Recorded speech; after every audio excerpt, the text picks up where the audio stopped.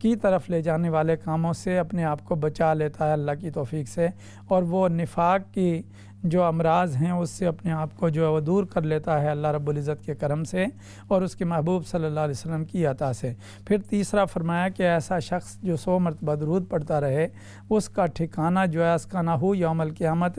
من الشہداء کے شہیدوں کے ساتھ اس کا حساب و کتاب، اس کا حشر جو ہے وہ کیا جائے گا۔ تو لہٰذا اس سے آپ اندازہ کر لیجئے کہ یہ درجات ہیں 100 مرتبہ درود پڑھنے کے۔ تو اپنے گھروں میں درود و سلام کا رواج دیجئے اور درود و سلام کو پھیلائیے، اس کے ذریعے سے برکت، خیر اور سلامتی ہوتی ہے۔ آئیے ایک دفعہ پھر درود و سلام پڑھ لیں۔ اللہم صلی علی سیدنا مولانا محمد وعلی آلہ وصحبہ وبارک وسلم۔ اس کے بعد ہم کرتے ہیں استغفار بواسطہ رسالت صلی اللہ علیہ وآلہ وسلم، پہنچتے ہیں دربار رسالت مآب صلی اللہ علیہ وسلم میں اور وہاں بیٹھ کر معافی مانگتے ہیں اللہ کی بارگاہ میں۔ جب دربار رسالت میں حاضر ہوں گے تو ظاہر بات ہے وہاں درود و سلام پڑھیں گے، حضور علیہ السلام پر سلام بھیجیں گے، پھر ادب سے وہاں بیٹھیں گے، صدقہ و خیرات کریں گے اور اس کے بعد کہیں گے اللہ رب العزت کے فرمان کو ادا کرتے ہوئے وَلَوْ أَنَّهُمْ إِذ ظَلَمُوا أَنفُسَهُمْ جَاءُوكَ فاستغفر اللہ واستغفر لهم الرسول لوجدوا اللہ توابا رحیما، اور پھر اس کی تائید میں کہیں گے استغفر اللہ العظیم الذی لا الہ الا ھو الحی القیوم واتوب الیہ، اور یوں بھی کہیں گے اللہم انک عفو کریم تحب العفو فاعف عنی، اللہم انک عفو کریم تحب العفو فاعف عنا۔ اس استغفار کے بعد کیونکہ اس سے طبیعت میں عاجزی پیدا ہوتی ہے، زبان پر بندے کو کنٹرول مل جاتا ہے، گناہوں کے مقابلے میں بندہ طاقتور ہو جاتا ہے کہ گناہ اس کو جو ہے وہ برائی کی طرف نہیں لے جا سکتے، شیطان کے حملوں سے روک لیا جاتا ہے۔ گویا کہ یہ وائٹامنز ہیں جن کے ذریعے سے انسان میں روحانی اسپریچول وائٹامنز ہیں، روحانی قوت اسے نصیب ہو جاتی ہے۔ اور اسی لیے ایک شخص نے شکایت کی، یا رسول اللہ صلی اللہ علیہ وسلم میری زبان بڑی لغزش کر جاتی ہے۔ آقا علیہ السلام نے فرمایا تم اپنے رب سے معافی کیوں نہیں مانگتے؟ تم معافی مانگا کرو، دیکھو میں دن میں 100 مرتبہ جو ہے اللہ رب العزت کی بارگاہ میں استغفار کرتا ہوں۔ رسول پاک صلی اللہ علیہ وسلم تو معصوم ہیں، لہٰذا اس کے باوجود امت کی تعلیم کے لیے اور اپنی درجات کی بلندی کے لیے اور اپنی سنت کو بنانے کے لیے آقا علیہ السلام استغفار کیا کرتے تھے۔ اسی طرح سے جو شخص محفوظ عن الخطا ہے وہ اگر استغفار کرتا ہے تو اللہ رب العزت اس کے درجات میں بلندیاں عطا کرتا ہے۔ اس کے بعد بڑھتے ہیں کلمہ طیبہ کی طرف جس کے مقابلے کا کوئی بھی نہیں ہے، اور یہ وہ عظیم کلمہ ہے جس کو اللہ رب العزت نے شجر یعنی کلمہ ثابتہ کہا، کلمہ شجر طیبہ کے اس کے ساتھ اس کی جو ہے وہ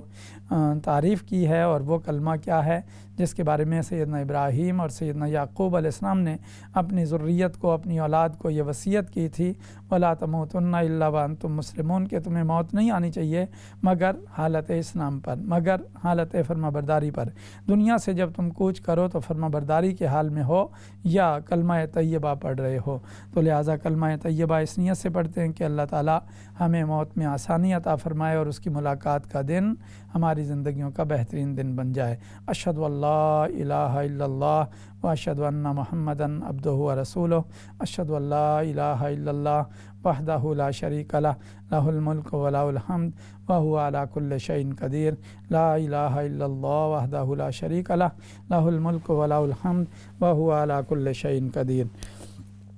اب آئیے پروگرام کے عنوان کی طرف، اور پروگرام کا عنوان آپ جان سکیں گے سورہ الانعام کی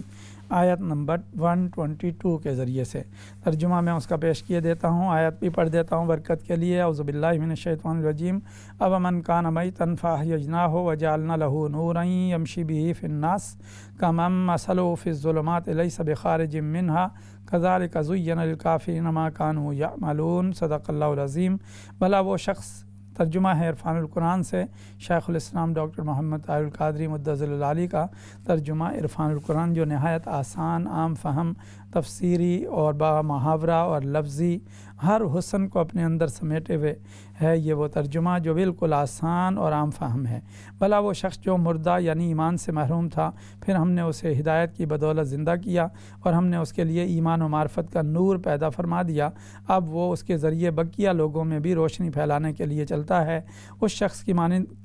اس شخص کی مانند ہو سکتا ہے جس کا حال یہ ہو کہ وہ جہالت اور گمراہی کے اندھیروں میں اس طرح گھرا پڑا ہے کہ اس سے نکل ہی نہیں سکتا۔ اسی طرح کافروں کے لیے ان کے وہ اعمال ان کی نظروں میں خوشنما دکھائے جاتے ہیں جو وہ انجام دیتے ہیں۔ آیت مبارکہ میں 2 قسم کے لوگوں کا جو ہے وہ ذکر کیا گیا ہے۔ پہلا وہ شخص جو مردہ دل تھا، لیکن اللہ تعالیٰ نے اسے مردہ دلی سے نکال کر، اس موت سے نکال کر نئی زندگی عطا کر دی، اور نئی زندگی ملنے پر وہ شخص پھر کس طرح ہو گیا؟ وہ لوگوں میں چلنے لگا، اور اس کے ذریعے سے جو اللہ نے اسے ہدایت دی ہے، اللہ نے جو اسے نور دیا ہے، اب وہ نور لوگوں میں بھی بانٹ رہا ہے۔ یعنی اس کے ذریعے سے لوگ جو ہے وہ ہدایت حاصل کر رہے ہیں، وہ منبع ہدایت بن گیا ہے، اس کے ذریعے وہ مینارہ نور بن گیا ہے، اس کے ذریعے سے لوگ روشنی حاصل کر رہے ہیں۔ تو لہٰذا یہ وہ مثالیں ہیں جو صحابہ کرام کی ہیں، اولیاء کرام کی ہیں، صالحین کی ہیں، اور قیامت تک آنے والے امت محمدی صلی اللہ علیہ وسلم کے وہ افراد جو حاملان نور ہوں گے، جو صاحبان طریقت ہوں گے، جو صاحبان ہدایت ہوں گے، جو صاحبان معرفت ہوں گے، ان کے ذریعے سے اللہ تعالیٰ لوگوں کو ہدایت دیتا رہے گا۔ جبکہ دوسرا شخص وہ ہے جسے زندہ دل کی صورت میں نور نصیب ہوا، اور اب وہ نہ صرف اس نور کے ساتھ لوگوں میں چلتا پھرتا ہے بلکہ لوگوں میں اس نور کو بانٹتا ہے۔ یہ وہ پہلا شخص ہے، اسی کی تشریح ہو رہی ہے۔ اور جو دوسرا شخص ہے جس کا دل جو ہے وہ مردہ ہے، اور وہ اسی میں مردنی کی صورت میں ہی دنیا سے رخصت ہوا ہے، اور اس کا حال اور اس کا معاملہ ہمیشہ جو ہے وہ چلتے پھرنے کے باوجود بھی وہ مردہ جسم کے ساتھ ہی دنیا کے اندر سے اٹھا لیا گیا، یعنی جہالت کے اندھیروں میں وہ پڑا رہا ہے، اور جہالت میں ہی اس کا جو ہے وہ خاتمہ ہوا ہے۔ تو لہٰذا یہ 2 شخصوں کا کمپیریزن اللہ رب العزت نے کروایا ہے، اور اس پر مفسرین نے عام مومنین اس سے مراد لیے ہیں، جیسے میں نے پہلے عرض کیا، بعضوں نے اس سے معین 2 افراد بھی لیے ہیں۔ یعنی وہ پہلا شخص جو نور بانٹ رہا ہے لوگوں میں، اس کی مثال حضرت فاروق اعظم رضی اللہ تعالیٰ عنہ عمر بن خطاب سے ہے، اور دوسرا شخص جو جہالت کے اندھیروں میں گرا رہا، اس کو ابن کثیر نے بیان کیا کہ وہ شخص ابو جہل ہے، جس نے پوری زندگی حق سے جو ہے وہ اعراض کیا، اور اپنے آپ کو جہالت میں اور اپنے جہالت کے اندھیروں میں اپنے آپ کو رکھا، اور اسی پر اس کا خاتمہ ہوا۔ ایک اور آیت اسی کے ساتھ اس کی جو تشریح کرتے ہیں کہ کس طرح سے اللہ رب العزت جو ہے وہ جب دلوں کو حیات عطا کر دیتا ہے، دلوں کو روشنی عطا کر دیتا ہے، دلوں کو تازگی عطا کر دیتا ہے،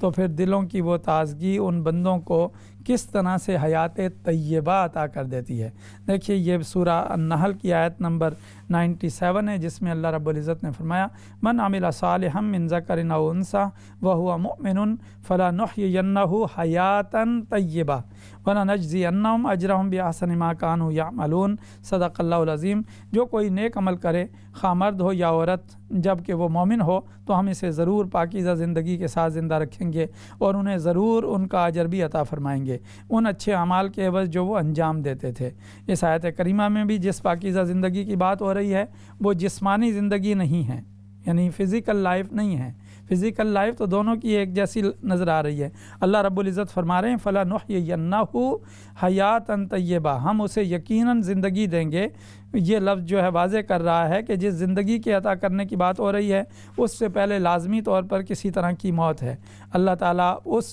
تعالیٰ انسان کو اس موت سے نکالے گا اور زندہ کرے گا۔ پھر جو زندگی عطا کرے گا، اس کی تعریف میں اللہ رب العزت نے 2 لفظ اور بیان فرمائے، فَلَنُحْيِيَنَّهُ حَيَاتًا طَيِّبَةً، ہم اسے جو ہے وہ حیات طیبہ یعنی پاکیزہ زندگی جو ہے دیں گے، وہ بڑی مبارک، پاک، طیب اور پاکیزہ ہوگی۔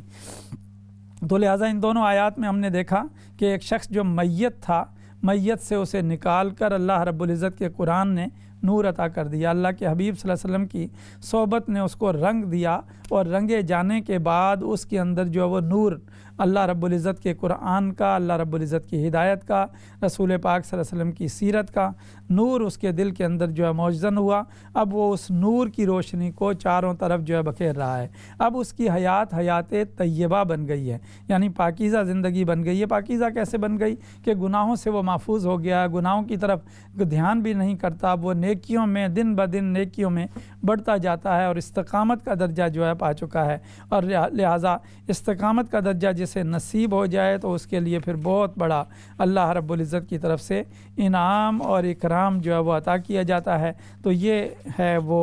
یعنی تصور، اور اسی کو کہتے ہیں حیات قلبی، اسی کو کہتے ہیں دل کا زندہ ہونا، اس کو کہتے ہیں حضوری قلب، کہ جس شخص کو جو ہے وہ حضوری قلب نصیب ہو جائے وہ شخص جو ہے وہ حیات طیبہ جو ہے وہ حاصل کر لیتا ہے۔ اس کو ایک اور آیت کے ساتھ ملا کے ہم دیکھتے ہیں کہ رسول پاک صلی اللہ علیہ وسلم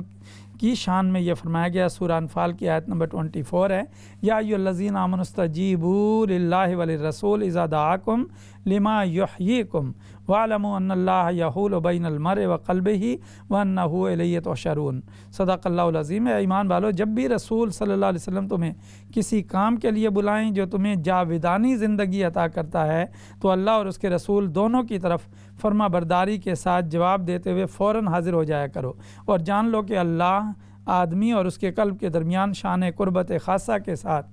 حائل ہوتا ہے، اور یہ تم سب بالآخر اسی کی طرف جمع کیے جاؤ گے۔ اس آیت کریمہ میں بھی اگر ہم دیکھیں تو رسول پاک صلی اللہ علیہ وسلم کے بلاوے پر لبیک کہنا یہ ایک نئی حیات کا جو ہے وہ آقا علیہ السلام اسے عطا فرما رہے ہیں۔ حالانکہ کوئی شخص نماز پڑھ رہا ہو تو اس پر بھی لازم ہے کہ وہ بارگاہ رسالت میں دوڑا چلا ہے۔ بخاری کی حدیث ہے، سعید بن معلّہ کہتے ہیں میں نماز پڑھ رہا تھا، رسول پاک صلی اللہ علیہ وسلم میرے پاس سے گزرے، پھر آقا علیہ السلام نے مجھے پکارا سعید،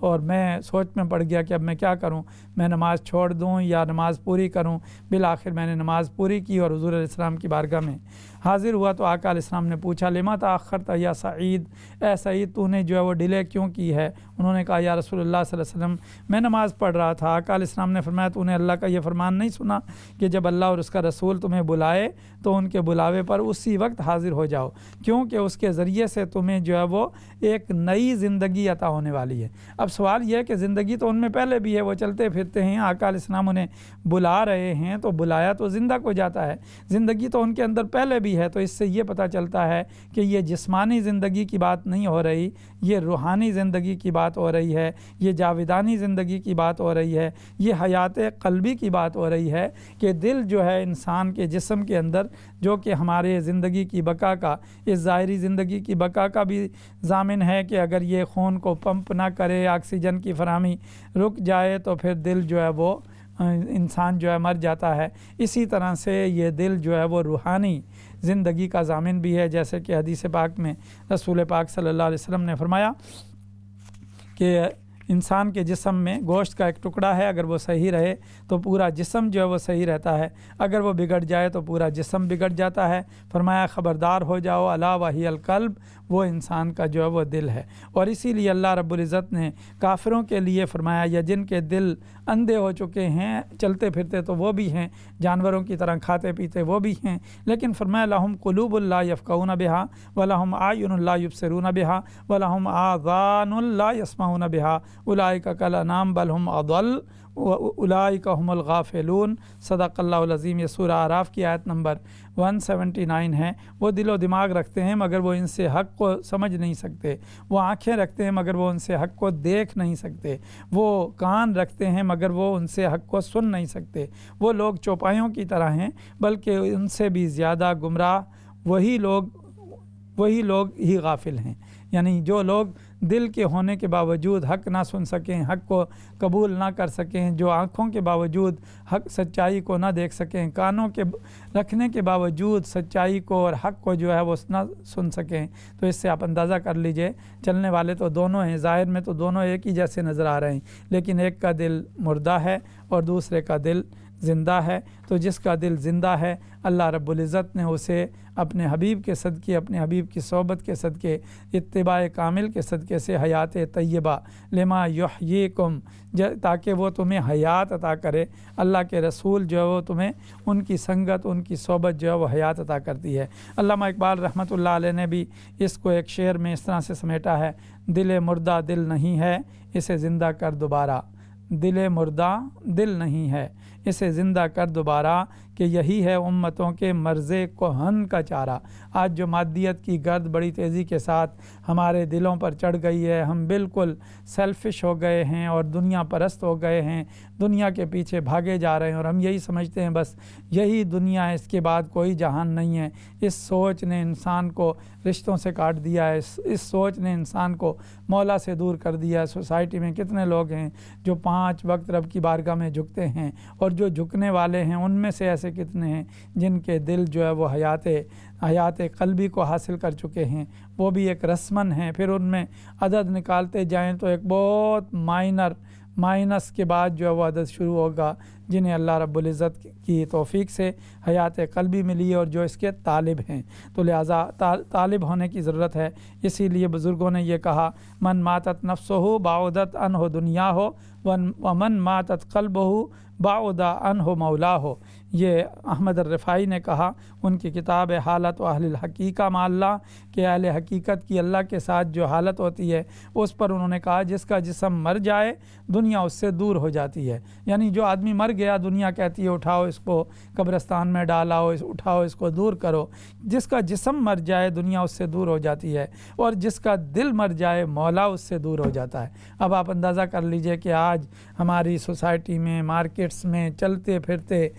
ہم جو لوگ دیکھ رہے ہیں وہ کیا ہیں۔ اگر تو ہمارا جسم مر جاتا ہے تو دنیا والے کہتے ہیں کہ میت کو اٹھاؤ، نام بھی چھین لیتے ہیں، اس کا کام بھی چھین لیتے ہیں، بس اب کہتے ہیں کہ جلدی کرو، سمیل ہو رہی ہے، کہیں جسم خراب نہ ہو جائے۔ جو ہی باڈی ملتی ہے تیزی کے ساتھ اس کو قبرستان کی طرف لے جاتے ہیں، لیکن جس کا دل مر جائے مولا اس سے دور ہو جاتا ہے۔ کیونکہ سفر کا مہینہ شروع ہو چکا ہے، اور یہ مہینہ اولیاء کرام کی ہمیں کثرت سے یاد بھی دلاتا ہے۔ اولیاء کرام کے آراس اس مبارک مہینے میں ہیں۔ داتا علی حجویری رضی اللہ تعالیٰ عنہ کا عرس منایا جاتا ہے، شاہ عبداللطیف بٹائی رحمۃ اللہ علیہ کا عرس ہے، اعلیٰ حضرت احمد رضا خان فاضل بریلوی کا عرس ہے، مجدد الفسانی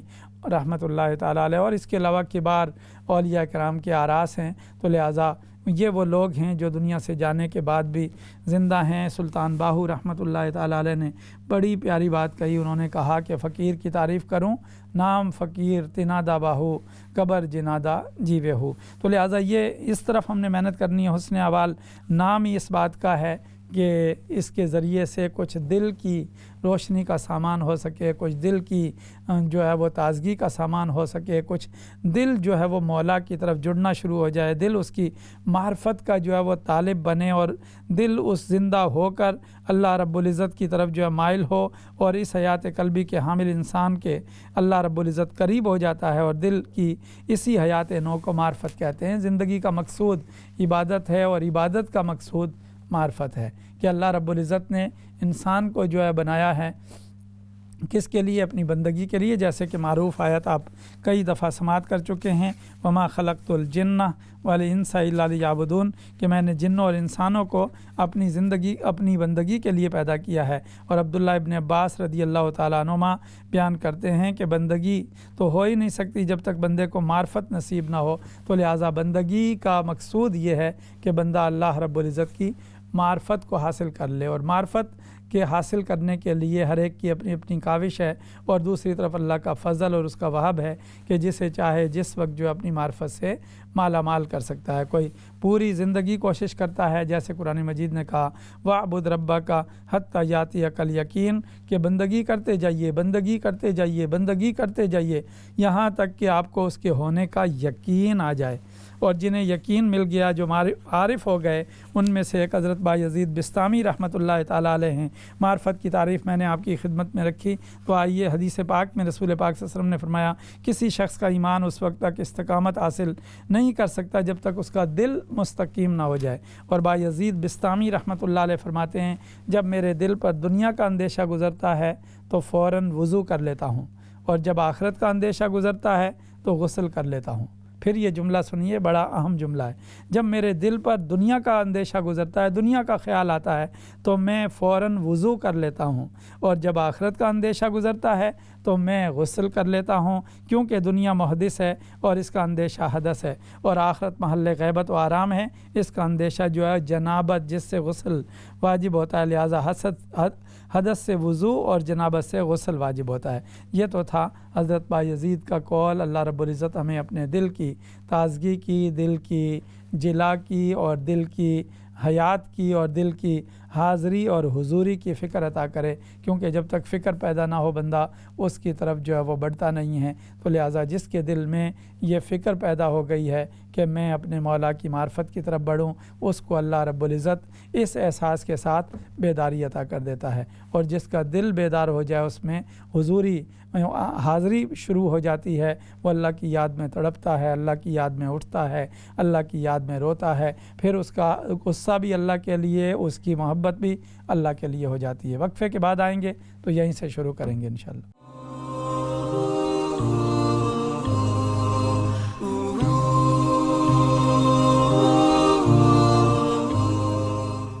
اور ویلکم بیک محترم ناظرین و سامعین، آپ ملاحظہ کر رہے تھے پروگرام حسن احوال۔ وقفے پہ جانے سے پہلے ہم بات کر رہے تھے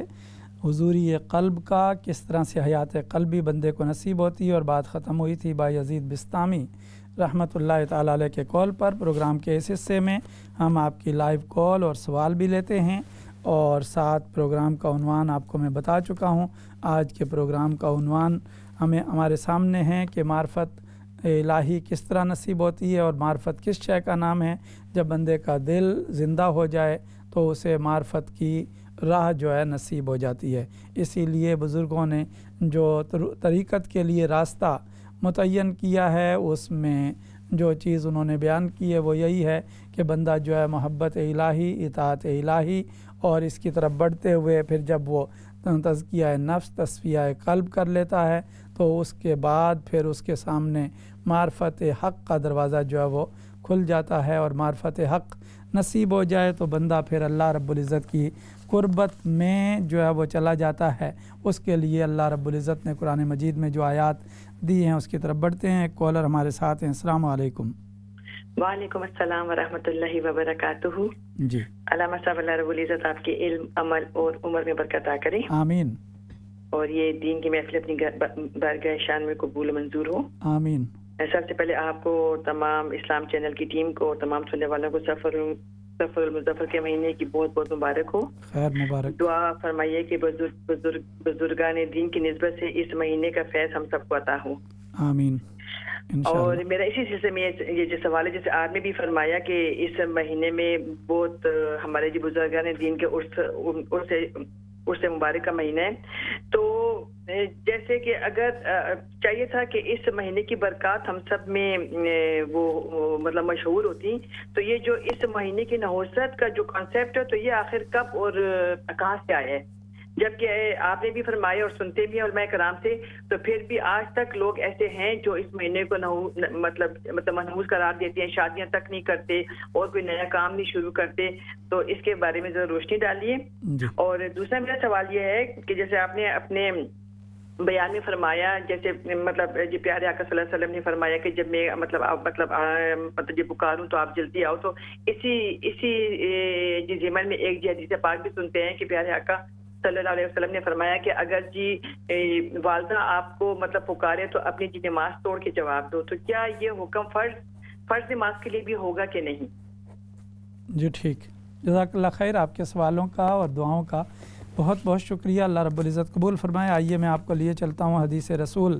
صلی اللہ علیہ وآلہ وسلم کی طرف، جس کے راوی ابو موسیٰ اشعری رضی اللہ تعالیٰ عنہ ہیں، ہمارے موضوع سے متعلق ہے، اور حضور سیدی شیخ الاسلام نے اس کو الکنز الثمین فی فضیلت الذکر والذاکرین کی فصل نمبر 1 میں، اور فصل کا عنوان بنایا مثل الذی یذکر والذی لا یذکر مثل الحی والمیت، ذکر کرنے والا زندہ اور نہ کرنے والا مردہ کی مانند ہے۔ ابو موسیٰ اشعری روایت کرتے ہیں کہ رسول پاک صلی اللہ علیہ وسلم نے فرمایا، اپنے رب کا ذکر کرنے والے اور نہ کرنے والے کی مثال زندہ اور مردہ کی سی ہے۔ اور دوسری روایت میں اسی کو اور رسول پاک صلی اللہ علیہ وسلم نے ایک اینگل سے بیان کیا، اس گھر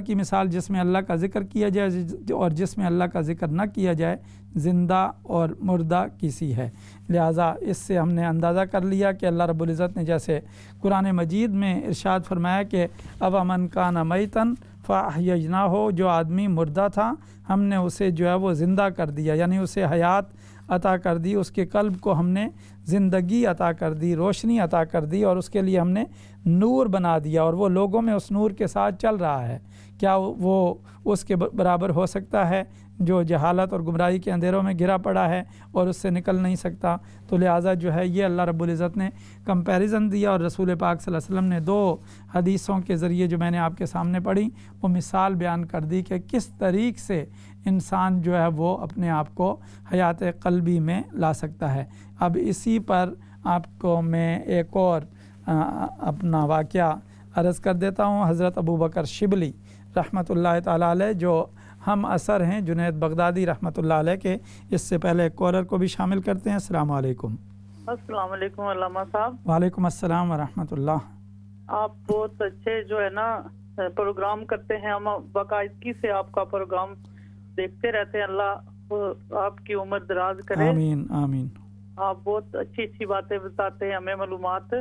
جی تو جی میری پھوپھی صاحبہ ہیں، جی وہ کہتی تھی کہ آپ سے پوچھنا ہے کہ ہم جو ہے نا اکثر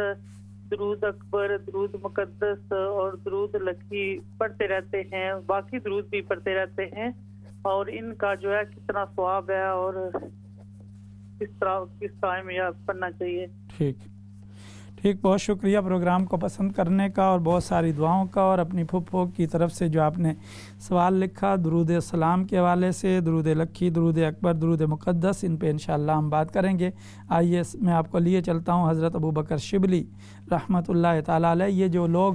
جن کے دل زندہ ہو گئے ہیں، اللہ رب العزت نے ان کے لیے فرمایا اللہ ولی الذین آمنوا یخرجہم من الظلمات الی النور۔ اللہ رب العزت جو ہے ایمان والوں کا دوست ہے، ایمان والوں کا ولی ہے، انہیں ظلمات سے نکال کے نور میں لا رہا ہے، نور میں لاتا ہے اور لاتا رہے گا۔ یعنی ظلمات کیا ہیں؟ شیطان کی ظلمتیں ہیں، نفس کی ظلمتیں ہیں، دنیا کی ظلمتیں ہیں، اور اس کے علاوہ بہت ساری ظلمتیں، تاریکیاں انسان کے پیچھے جو ہے پڑی ہوئی ہیں، اور انسان کو جہالت کی طرف جو ہے وہ لے جانا چاہتی ہیں، اور اللہ رب العزت انہیں اپنے بندوں کو جو ہے وہ نور میں لا رہا ہے، ایمان والوں کو دن بدن نور عطا کر رہا ہے، اور اس نور کے ذریعے سے وہ پھر لوگوں میں چلتے ہیں اور اس نور کی خیرات تقسیم کرتے ہیں، ہدایت تقسیم کرتے ہیں، میراث مصطفیٰ صلی اللہ علیہ وسلم علم کی صورت میں لوگوں میں بانٹتے رہتے ہیں۔ انہی میں سے ایک ہستی جو ہے وہ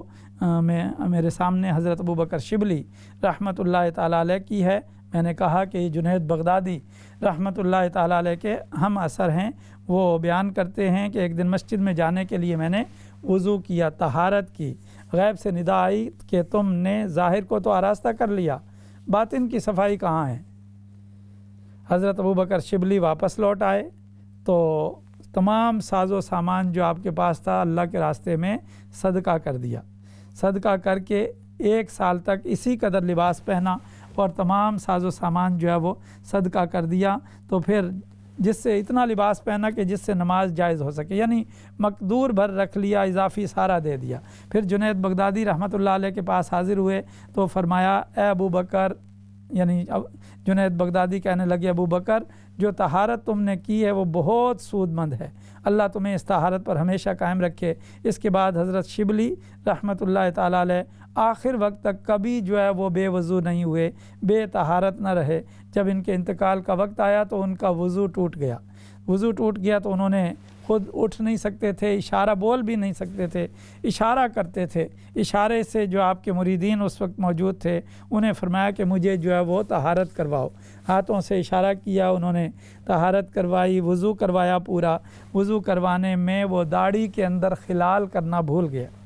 جب بھول گئے تو پھر آپ نے کلام کرنے کی آپ میں ہمت نہیں تھی تو مرید کا ہاتھ پکڑ کے اپنی داڑھی پہ رکھا تاکہ اس کے ذریعے سے جو ہے وہ خلال کیا جائے۔ آپ فرمایا کرتے تھے میں نے کبھی طہارت کا کوئی ادب جو ہے وہ نہیں چھوڑا، جب بھی ایسا ہوا میرے باطن پر نصیحت ظاہر ہو گئی، یعنی میرا باطن بول اٹھا کہ تو نے فلاں ادب جو ہے وہ اپنا منسوخ کر دیا، مکمل نہیں کیا۔ اور ایک دن حضرت ابوبکر شبلی رحمۃ اللہ علیہ وضو کر کے جب مسجد کے دروازے پر آئے تو ان کے دل میں آواز آئی کہ ابو بکر تم ایسی طہارت رکھتے ہو کہ میرے گھر میں داخل ہو سکو اور اس کو گستاخی کے ساتھ ہمارے گھر میں داخل ہونا چاہتے ہو؟ جب یہ سنا تو واپس لوٹنے لگے کہ اب تو اللہ رب العزت نے اپنے گھر میں داخلے کی اجازت نہیں دی،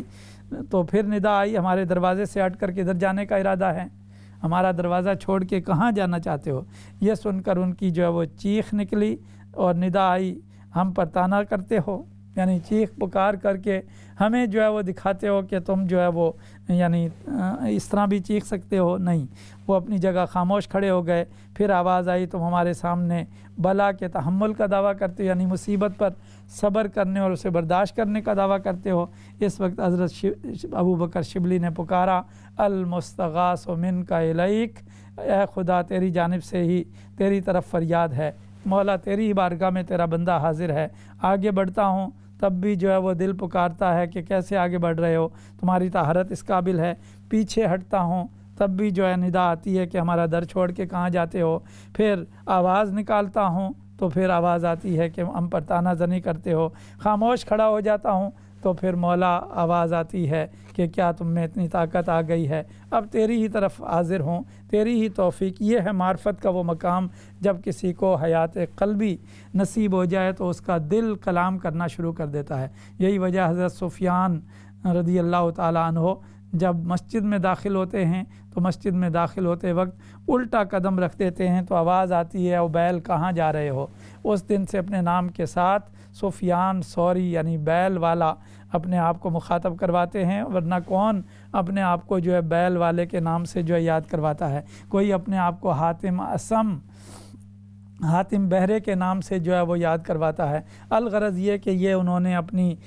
بیداری کے لیے، اپنی اصلاح کے لیے یہ سامان رکھے ہوئے تھے تاکہ انسانیت بھی ان سے جو ہے فیضیاب ہو اور انسانیت ان کے نقش قدم پر چلے۔ حضرت ابو بکر شبلی نے اللہ کی بارگاہ میں ہی فریاد کر دی، مولا اب میں کہاں جاؤں؟ نہ آگے بڑھ سکتا ہوں، نہ پیچھے ہٹ سکتا ہوں، نہ بول سکتا ہوں، نہ خاموش رہ سکتا ہوں، تو یہی میرے اختیار میں تھا، تو اب میں یعنی تیری ہی بارگاہ میں حاضر ہوں، تو جی سے میں فریاد کرتا ہوں، تیری ہی طرف اپنے آپ کو سپرد کرتا ہوں۔ یہ ہے وہ طریق جو صالحین کا رہا کہ وہ جب ایسی مشکل میں پڑ جاتے تو یہی کہتے تھے، وَفَوِّضُ أَمْرِي إِلَى اللَّهِ إِنَّ اللَّهَ بَصِيرٌ بِالْعِبَادِ، کہ میں نے اپنا معاملہ اللہ کے سپرد کر دیا تو اللہ رب العزت اپنے بندوں کا نگہبان ہو گیا۔ تو لہٰذا آج تھوڑی سی بات ہم ایک موضوع پر اور کر لیتے ہیں، وہ ہے حیات قلبی جو ہے وہ کیسے حاصل ہوتی ہے، حضوری قلب کیسے نصیب ہوتی ہے، انسان کا دل جو ہے وہ کس طرح سے حضوری قلب کی طرف جو ہے وہ بڑھتا ہے اور اس کا معنی کیا ہے، اس کو ہم سمجھنے کی کوشش کرتے ہیں۔ میرے ہاتھ میں یہ کتاب ہے حضور سیدی شیخ الاسلام کی، اس کا عنوان ہی قلبی حیات و ممات ہے، فقہ القلوب پر یہ کتاب لکھی گئی ہے۔ تو اس میں یہ ٹائٹل بنایا گیا ہے کہ حضوری قلب کیا ہے۔